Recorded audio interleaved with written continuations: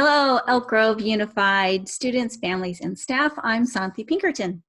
And I'm SUNDEEP DOSANJH. Welcome to another episode of EGU News. Our focus on EGU News is on healthy minds, healthy bodies, and healthy learning. And we also provide everybody with an update on our district, our county, and our state.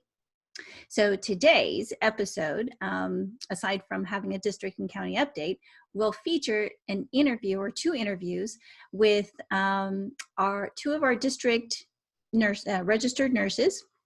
They'll be talking about asthma. And we also have an in-depth interview with our local Congressman Dr. Ami Bera. So let's get started. Thank you, Santhi. For a brief district update, only one more week remains for the 2019-2020 school year, and on Monday, district schools and offices will be closed in observance of Memorial Day, whereby we honor military personnel who died while serving in the United States Armed Forces. That's right. In preparation for the end of the year, please make sure you have checked with your school about textbook returns, and only those who are graduating or disenrolling from the district need to return their checked out Chromebook. Students who will be using them for the next school year may continue to use them, especially during the summertime if they want to work on online enrichment opportunities. And don't forget, there's going to be Wi-Fi still that's active at every school site. And with regard to phase 1 of distance learning, the shown distance learning statistics or data illustrate that parents and students' responses to EGUSD's distance learning survey that was administered in early May and focused on access and communication. So you can download that graphic from our link in the EGUSD community update that was sent out today. That's right. And SUNDEEP, there's some really cool numbers on there. I was really impressed. So I encourage people to take a look at it. And then as a reminder, EGUSD virtual graduations will be held between June 2nd and June 5th. And the link on how to, hopefully it's here, access presentations will be provided on each high school's website and on the district's website. At least a day prior to the event. So make sure you take a look there. There's also a press release that we have online that shows the schedule for each high school's virtual graduation time and date. And it's also on every single high school's Facebook account. So you could go ahead and click on the Facebook event and then read the details on that, which lists out what time and which date the virtual graduation will be available. That's right. I forgot about you. Put them on Facebook too. Awesome. Yeah. So now that we have entered phase 2 of the COVID-19 response and are preparing for the beginning of the 2020-2021 school year, please plan to join us at the June 9th Elk Grove Unified Board meeting on Zoom. And we plan to have the phase 2 team that will discuss how the district will push the start button on the 2020-2021 school year and what student learning and school operations may entail. And SUNDEEP, I mean, we had, I think, at the peak, a little over 200 attendees at our last school board meeting that was on Zoom as well. So it's been an effective tool to be able to reach out as well. So while continuing to adhere to the county health orders, which we will talk about shortly. Exactly. So the Sacramento County Public Health Order to shelter in place has been updated, SUNDEEP, and is available for review.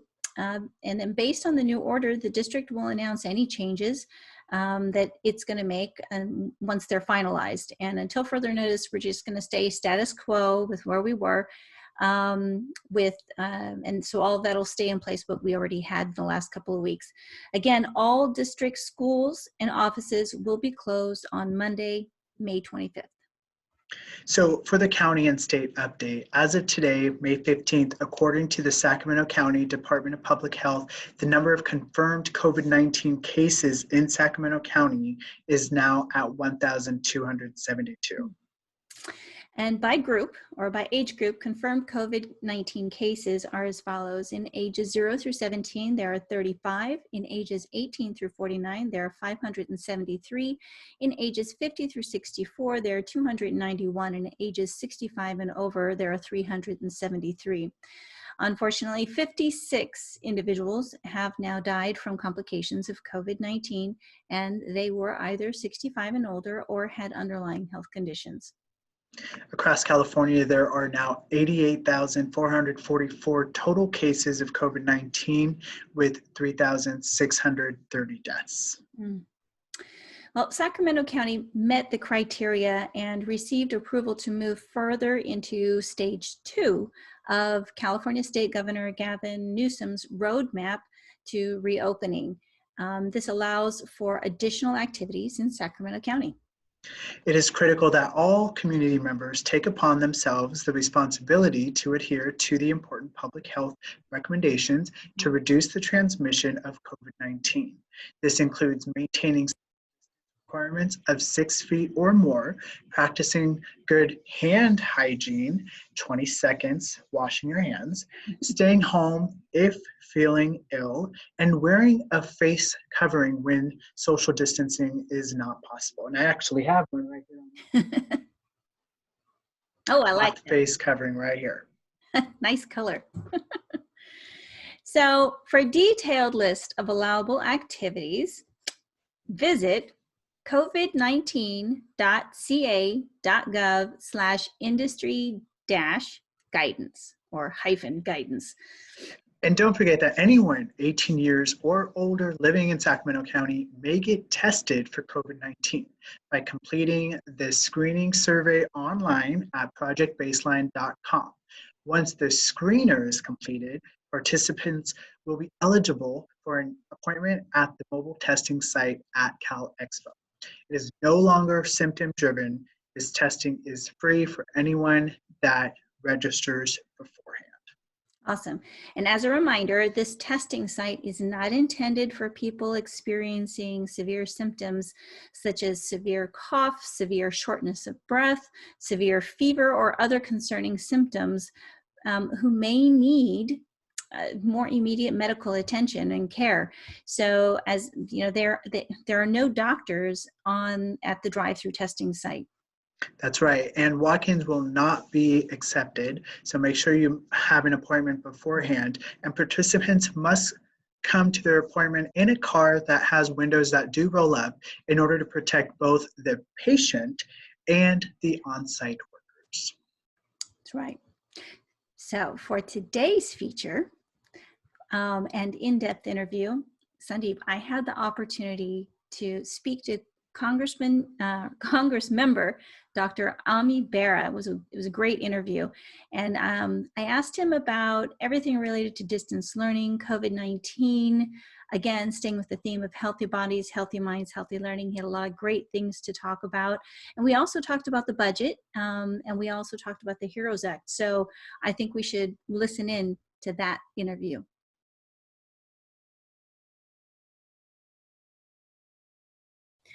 All right, hello. Today we have the honor of speaking with Congressman Bera, who represents District 7, which encompasses Sacramento County. Thank you, Congressman. Glad to be on. Thank you for having me.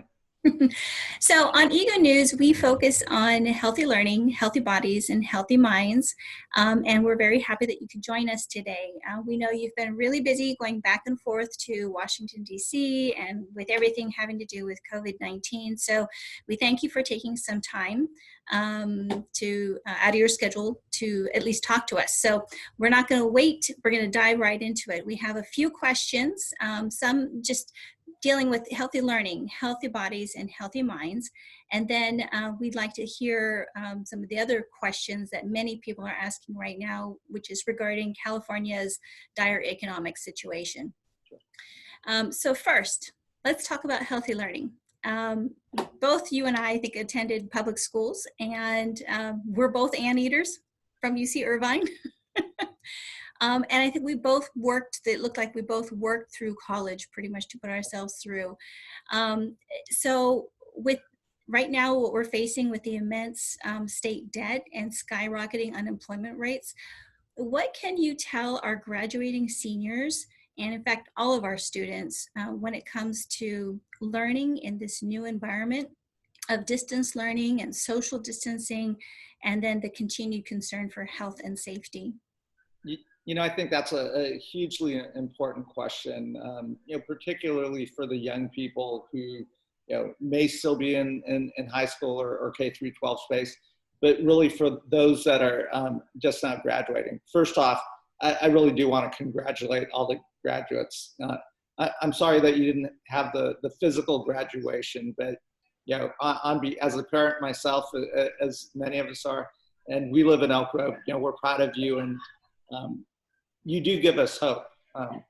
I think that the new normal certainly won't be the old normal, and what we've seen here in the Sacramento region, certainly in our community, is we saw the pandemic coming. We came together fairly early. Obviously, the superintendent made some tough decisions, but in hindsight were the right decisions, and that really benefited us. Of the 50 top metropolitan areas in the United States of America, Sacramento had the lowest number of cases, case rate. So that is a testimony to all of us coming together as a community. As we move forward into the next phases of this pandemic, we all have to be in this together as well, as we start to slowly reopen and reimagine what economy looks like, for those graduates that will be going into the workforce.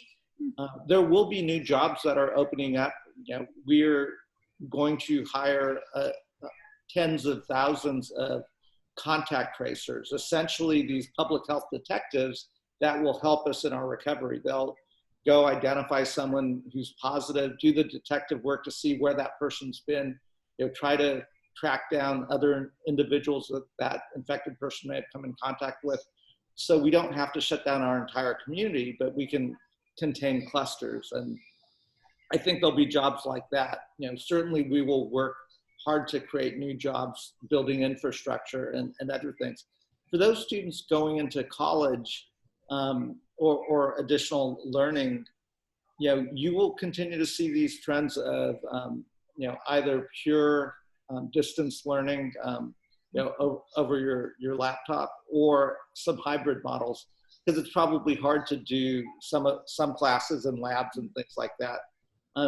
But for the foreseeable future, while we have this virus, you'll continue to see physical distancing. You'll continue to see recommendations for us to wear face coverings to limit the spread of the virus. And we know that that is really effective. But at its core, for our well-being as a community, country, and world, we will be in this together. And if we continue to stick together, we will get through this. Awesome. Great insight for all of our students. So appreciate that. Okay, let's talk about healthy bodies. I read that you worked as Chief Medical Officer for Sacramento County. What could you tell our viewers who are parents, educators, and students about the importance of staying healthy during this time where there's still no vaccine for COVID-19, and we hear so many different messages on TV or on social media, et cetera? What should we be doing? Well, let's start first by taking care of our mental and spiritual health. At a time like this where, this pandemic will affect all of us, either directly through infection or indirectly and economically.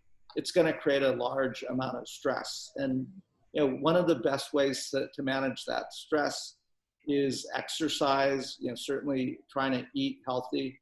But also, we talk about social distancing. I prefer the term physical distancing, because we're human beings. We need those social connections. So things that, for the mental health side of things that we've been doing regularly as a family is, connecting with my broad family through Zoom and other platforms, maybe having a game night and trivia night, just, to stay in touch with folks. I've been reconnecting with friends from high school, and calling folks that I've been to call, and so those social connections are hugely important. My wife and I go for regular walks, and that's important. And for the students who might be watching this, certainly looking for things to do. I'm hopeful that our beautiful campgrounds here in California open up, and in a safe way, folks can go out and set up their tent and get outdoors, and that's a great activity for a family. Now, switching to the public health aspect of this virus, we did really well as a region and community in the first phase, but we have to understand the reality is we're in the first innings of this pandemic, and we may see case rates go down during the summertime because there probably is a seasonal component to it, but we also worry that we may see a resurgence of cases in the fall or winter. A few things as we prepare for that is we're doing better at our diagnostic testing capabilities. We'll start hiring up that public health workforce. And again, I would say to those high school seniors who just graduated, this is a great way to serve our community and serve our country. And I know the county public health department, you can probably go to their website, and they are in the process of hiring up tens, if not hundreds of individuals. So these will be good jobs. We just have to be vigilant until we have a safe and effective vaccine and can get that vaccine distributed. I think we will come up with therapies that will help us better manage the disease if you catch COVID-19, but we won't really defeat the virus until we have that vaccine. The one other thing that we really can do to protect our health is, this fall, when we do think COVID-19 will continue to resurge, it's also flu season. So the one absolute thing we can do is we can all go out and get our flu shots. That's going to be super important. And it does help protect against the flu, because it is going to make our jobs as doctors really difficult when you're trying to figure out whether this is the flu or COVID-19, because the symptoms so much overlap. Excellent, excellent. So I think you did address the question that we had about the healthy minds in terms of social and emotional, taking care of ourselves socially and emotionally. And I liked what you talked about, that it's not so much of social distancing, it's physical distancing.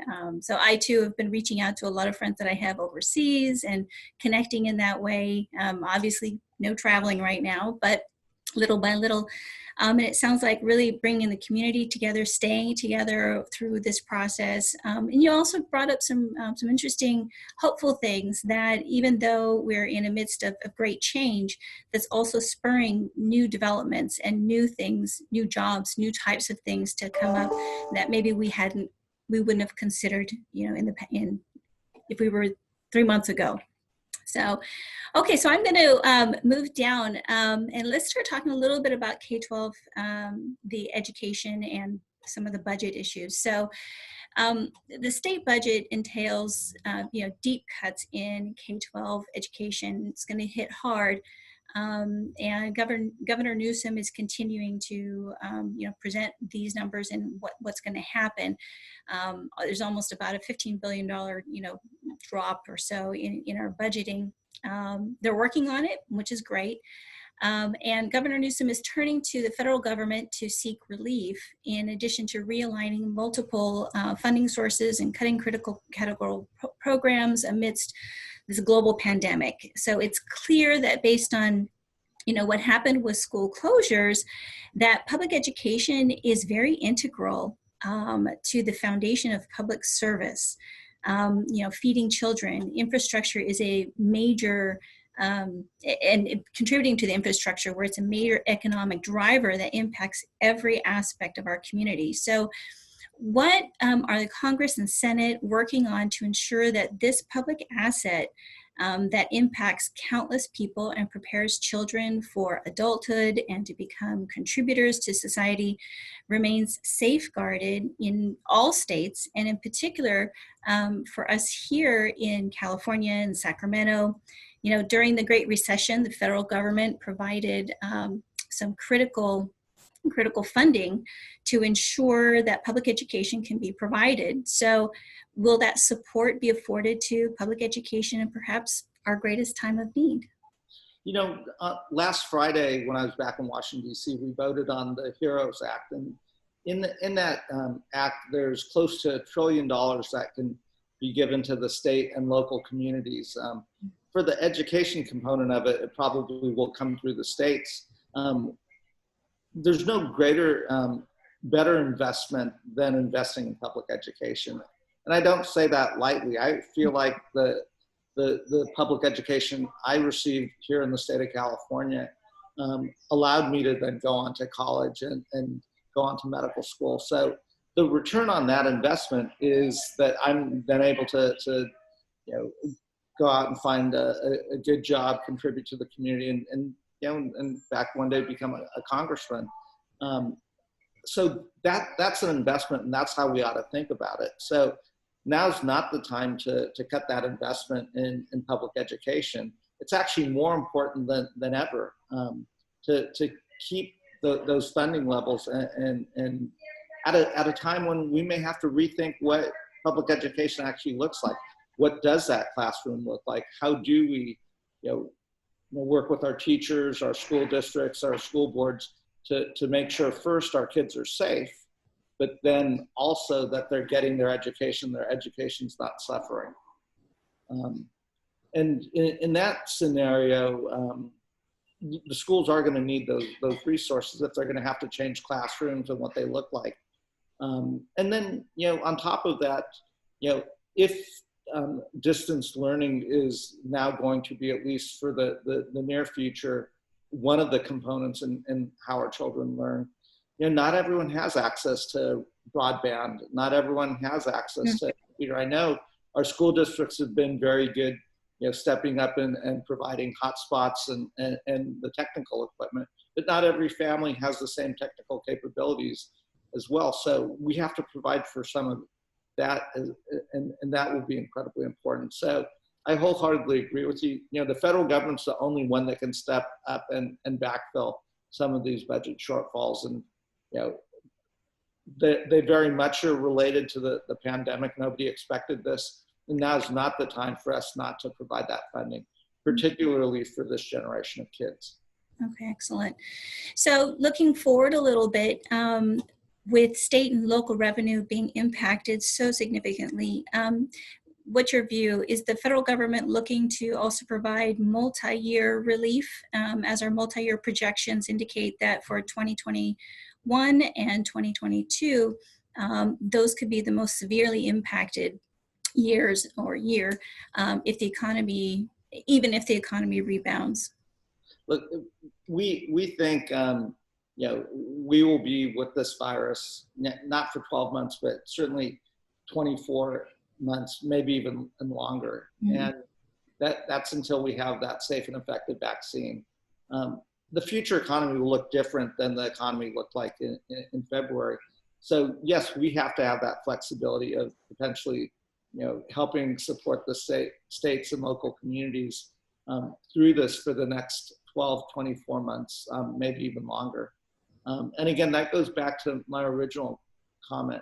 We're all in this together. This is not a pandemic that's just affecting Sacramento or California or the United States of America. It's affecting the entire planet all at the same time. And, if we don't approach this as though we're in this together, where some communities may need more help than other communities. Some of us, I feel fortunate that both my wife and I still have our jobs and we're getting our paychecks.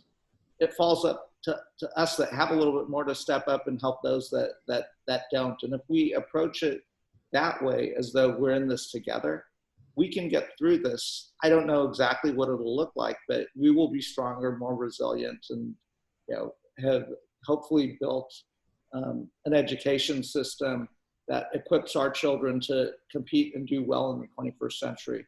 And maybe that is the silver lining. We've always known distance learning and technology would, were coming. We didn't know how quickly that was going to happen. What this virus has done is it's accelerated trends that were going to happen, and maybe, getting that first grader, second grader comfortable with learning this way. A lot of us are going to continue teleworking as well for the near future. And maybe that is a silver lining, that they learn how to do this and are better at it than we are. Awesome. All right. Well, I want to thank you very much, Congressman Vera, for joining us today. You brought a lot of great insight into our situation that we're all facing. You're reminding us that we all are in this together and we need to stick together.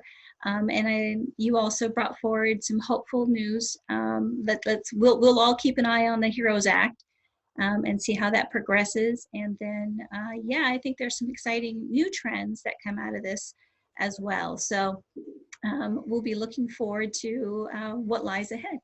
So I just want to thank you. Well, thank you. Be safe, be kind to one another, and be well. Thank you. Likewise.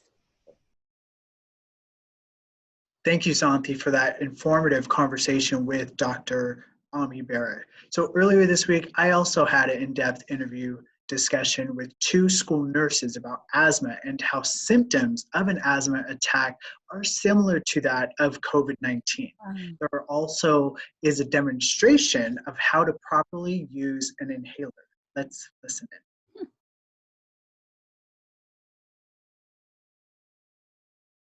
All right, thank you everyone for joining us. So today we are talking about asthma and how it relates to the current school closures. So we have 2 Elk Grove Unified School nurses joining us today, Jackie Curtis and Dee Dee Jones. Thank you. Thank you for having us. So Dee Dee, let's start with you. So why are we talking about asthma? So asthma is a huge issue right now because it is summertime and it is allergy season. Allergies oftentimes can cause asthma symptoms, but also considering the COVID-19 crisis going on, asthma symptoms can very well mimic what looks like COVID-19. For example, shortness of breath and cough. Those 2 symptoms are scary when we start experiencing them, but if we know that it's our asthma and that we're doing what we can to manage it and keep it under control, then we can know that we're safe and that we're taking care of ourselves, so we're at lower risk of catching the disease of COVID-19. Right, so Jackie, could you please tell us what exactly is asthma? So asthma is a health problem that makes it very hard to breathe. This happens because the airways in our lungs swell up. They fill up with mucus and get smaller. So some people say having asthma is like breathing through a really tiny straw. If you have asthma, you're not alone. Just like Dee Dee and I, we have it, and lots of kids have it. And many students take medicine to help them breathe better. And with the right medicine and care plan, asthma won't slow you down. So Dee Dee, what happens in asthma? So with asthma, when we breathe thousands of times a day. All of us do, right? When we breathe in through our nose, out in through our mouth, whatever, part of our face we decide to breathe through, it goes through a tube called our trachea. But when our trachea disseminates into our lungs, there are these tiny branches that connect to our lungs. Those branches can become narrow and thin, filled with mucus, like Jackie said, and then that makes it very difficult to breathe. It can cause us to have wheezing, coughing up mucus, and it can cause many problems down the road, especially if we're not taking care of it right away. So basically, like Jackie said, it's like we're breathing not only from our face, but inside of our body and our lungs. Everything is just constricting, and it makes it very difficult to breathe. Wow, this is actually a very interesting topic that we're discussing, because I don't really know much about asthma, as I never had an asthma attack myself. So Jackie, what exactly is an asthma flare-up? So with asthma, asthma doesn't make you breathe harder all the time, just sometimes. And this happens because the airways get more irritated than normal. When this happens, it is called an asthma flare-up or attack. You'll know you're having a flare-up if, when you have like a whistling sound when breathing or wheezing, you cough a lot to try to get it out. You have a tight or painful feeling right in the chest. And flare-ups can also make you sweat or feel like your heart is beating faster than normal, even when you're just sitting down. And an asthma flare-up can still get worse if a student doesn't use his or her asthma medicine as directed. So it's really important to follow what your doctor says and how you should take it. Okay, so what triggers or even causes an asthma attack or flare-up? So for many folks, allergies, pollen in the air, dust in the air, cold weather, sometimes even hot weather. Basically, when our bodies are out of balance, some folks that have asthma are more sensitive to when our bodies are out of balance. So if there's an allergen, such as a pollen to a specific kind of grass in the air, if you breathe that in, it's going to cause inflammation, such as those narrowing of your breathing tubes and such.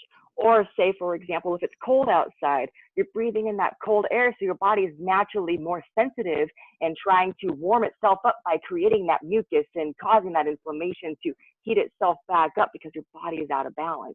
So with knowing your triggers, some folks, cold is a trigger. Other folks, it could just be dust. It could be the weather itself. It could be pollen and specific allergens, even dogs and cats. Wow. So, Jackie, how is asthma treated? So caring for asthma means two different things. Avoiding the things that cause those flare-ups, which Dee Dee just talked about, and taking medicines if your doctor prescribes them. So avoiding those triggers. And once you know what those triggers are, you and your parents can take steps to avoid them. So here are some ideas. You can change, and they're very easy. Change your sheets and vacuum often to rid home of dust. Keep your pet out of your bedroom. If you are allergic to pet dander, stay inside on days when pollen counts are high. It could be just simple as checking the weather report.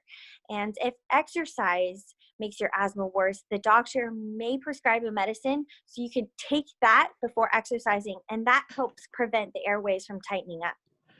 Got it. So, Deidre, how do we, all learn how inhalers are used with or without a spacer? Well, when your doctor prescribes an inhaler for you, they really should go through it in detail on how to use it. Sometimes, though, that first appointment, you get the prescription and then you get it, and it's easy to forget. There are a lot of great videos on YouTube if you need a reminder, but otherwise I'm happy to give a quick demonstration on how to use an inhaler with and without a spacer. So first things first, this here is called albuterol. This is a rescue inhaler. This is what we use if we feel an asthma symptom coming on. Now, the inhalers that come in this tube, sometimes they're blue, gray, or red, such as mine. I like to label mine because I have another inhaler that is also red, so I like to make sure I'm using the correct inhaler. They come in a little vial such as this, and you put it inside. When you first receive your brand new inhaler, it's important to do what's called priming it, and that's where you squirt it. You push on it 2 times to make sure that there's no extra air inside what you don't need. But when you use this without a spacer, and if you can get a spacer, I highly recommend it. It's important to make sure that your tongue is not in the way, blocking the hole. It's very common where you use this and it just goes onto your tongue. It doesn't even go into your lungs. So I'm going to demonstrate and walk you through how to use your inhaler with no spacer first. So first things first, you want to shake it for 10 seconds. Shake it good. Sing a little song in your head if you have to.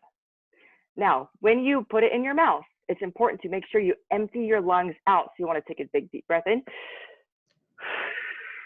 Empty out your lungs, so you're out of breath right now.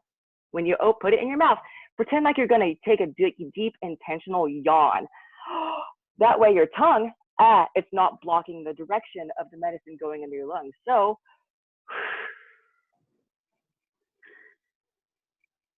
you want to breathe it in nice and slow. When you puff it, you should breathe in over the course of 2 to 3 seconds. So when I breathe it in, I'm counting to 3. And then you want to hold it in for 10 seconds, like I'm doing right now. 8, 9, 10. Now you might feel a little tingly in your fingers. You might feel your heart race a little bit. That means you got it, and that's good. Now, if you feel that you still can't breathe well, give it a few minutes and then do it one more time. And if after 2 times it doesn't work in 15 minutes, you should probably go to the doctor. So again, to recap, it's important to make sure that you breathe it in slowly, move your tongue out of the way and pretend like you're going to yawn, and slowly yawn in the inhaler and hold it for 10 seconds. That is super important if you do not have a spacer. Now, if you do have a spacer, which I highly recommend because this will help you make sure that you're doing it correctly. They oftentimes might look like this. They might come with a mask, which goes over your nose. It might be yellow, it might be pink, it might be purple. I have a fancy blue one here. So all you do is you stick your inhaler inside this large hole right here. And again, you want to shake it up for 10 seconds. Now my asthma's not acting up right now, so I'm going to pretend to do this one, because that one puff really worked. All right, so what you do, you shake it for 10 seconds, and what you do, again, empty out your lungs. Place your mouth on the mouthpiece, and all you do is breathe in regular. You want to breathe in for 6 or 7 times, but nice and slowly again. If you hear this sound, if you hear that squeak, that means you're doing it too fast. So your spacer is telling you to slow your breathing down. Do that for 6 to 7 times, 1 or 2 times, and in that you should feel this immediately. Again, you'll feel those tingling in your fingers, you'll feel your heart race a little bit, and you'll be able to breathe much better. I highly recommend using a spacer because you have that guarantee it's not going to get all over your tongue and stuck in your mouth. It'll go straight to your lungs. So I hope that helps. I hope that helps. Wow, thank you so much to the both of you. And to find out what the air quality is each day, feel free to download the Sacramento Region Air Quality app on your mobile device. Thank you so much to both Jackie Curtis and Dee Dee Jones, 2 Elk Grove Unified School registered nurses. Thank you so much for having us. Hey, Sundeep, I think that was a great interview you did with the 2 nurses, and I liked seeing also the demonstration, so that's awesome. But I also heard then recently that many students are still collecting awards and recognitions even during the school closures. Yeah, that's right. We have students from Sheldon High School's Biotech Academy that won a competitive contest to participate in a summer internship program with the UC Davis Institute of Regenerative Cures at the medical center. So that's a mouthful, but it's actually really cool. I was able to visit the center last school year and visited and was able to witness the students doing hands-on work with grad students in the UCD Med Center. So it was phenomenal, and we look forward to sharing the inside scoop of it throughout the summer. Wow. You know, we also have Franklin High School's digital media and animation students that have received numerous regional and national recognitions for their top-notch projects. I mean, awesome video and media and all kinds of things that they come up with every year. It's pretty cool. And we can't forget about the James Rudder Middle School students that are winners in the statewide Geographic Information Systems, or GIS, mapping competition. They placed in their top of their category of middle schools, but if they competed against the high school, in the high school level, they would have been ranked within the top 5. So that's pretty remarkable throughout the state. Yeah, and speaking about James Rudder, just down the road from them, you've got students at Florin High School in the band program that received the Support Music Merit Award from the National Association of Music Merchants. Wow. It was one of 148 schools. Wow, that's really cool. Congratulations to all of the student winners, and we look forward to seeing the great things that you guys continue to accomplish. So we want to tell everybody to please stay safe and stay healthy.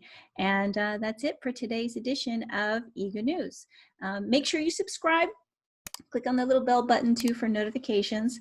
Subscribe at youtube.com/Elk Grove Unified. I'm Santhi Pinkerton. And I'm SUNDEEP DOSANJH. We'll see you next time.